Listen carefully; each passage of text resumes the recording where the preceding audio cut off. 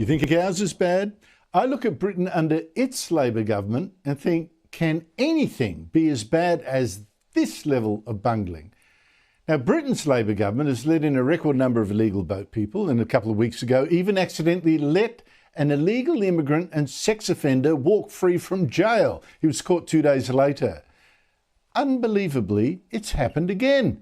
Another illegal immigrant accidentally freed from jail. And to add to the circus, the Deputy Prime Minister and Justice Minister acted in Parliament like nothing had happened. It pretended 5 times, nothing to see here, even though we knew this had happened. Joining me from London is Patrick Christys, star presenter at GB News. Patrick, how on earth can this happen twice? Illegal immigrants just walking out of jail. Well, it's so ridiculous. You don't know whether to laugh or cry, really, do you? I mean, this one is an Algerian sex offender that we released by mistake. He came to Britain on a visit visa in 2019. We knew he'd overstayed by February 2020. 4 years later, he was arrested for a sex offence. He was given a community order, so we didn't even send him to prison for that, let alone deport him. Then he went on to commit trespassing with intent to steal. We did finally decide, all right, then we'll lock you up in prison, but we just let him go. A week ago, nobody told the Metropolitan Police. The Justice Minister, David Lammy, was only told yesterday. He didn't tell the Prime Minister, and as you pointed out, he didn't tell the public. He could be anywhere now, but I mean, you asked, how can this happen? Well, unfortunately, our Justice Minister is David Lammy.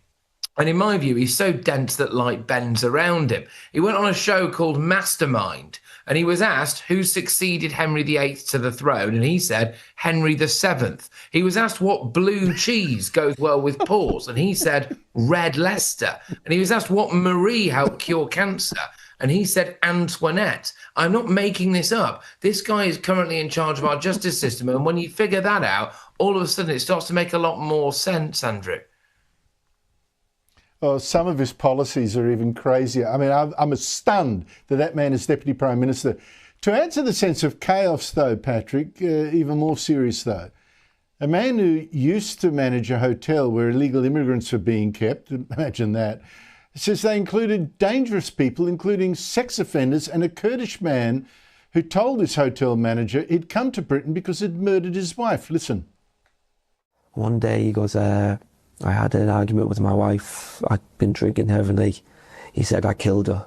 He says, killed her with my hands. And he goes, and then I didn't want to get caught, so I had to leave the country, and I'm here. Now, this ex-manager now tried to get some action on that. What was done?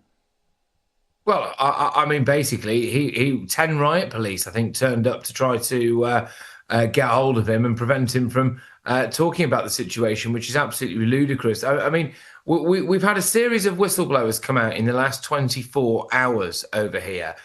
They've come out and said that there are known sex offenders, known terrorists, and known murderers, like what that chap was saying there, who we are giving asylum to. I mean, there's another shocking case that's emerged last night, Andrew, of an Afghan man who repeatedly exposed himself in a children's play area in Britain, who's been allowed to be granted asylum. And not just that, when the asylum caseworker attempted to refuse his claim, she was disciplined. So the people who are standing up and talking about this now are the ones who are being disciplined. And it's turned out that our asylum application people are being given quotas that they need to hit in terms of approvals. And some countries now have a 99% approval rate, including places like Kuwait and Afghanistan. I mean, really, it's borderline treasonous, this, really, I think.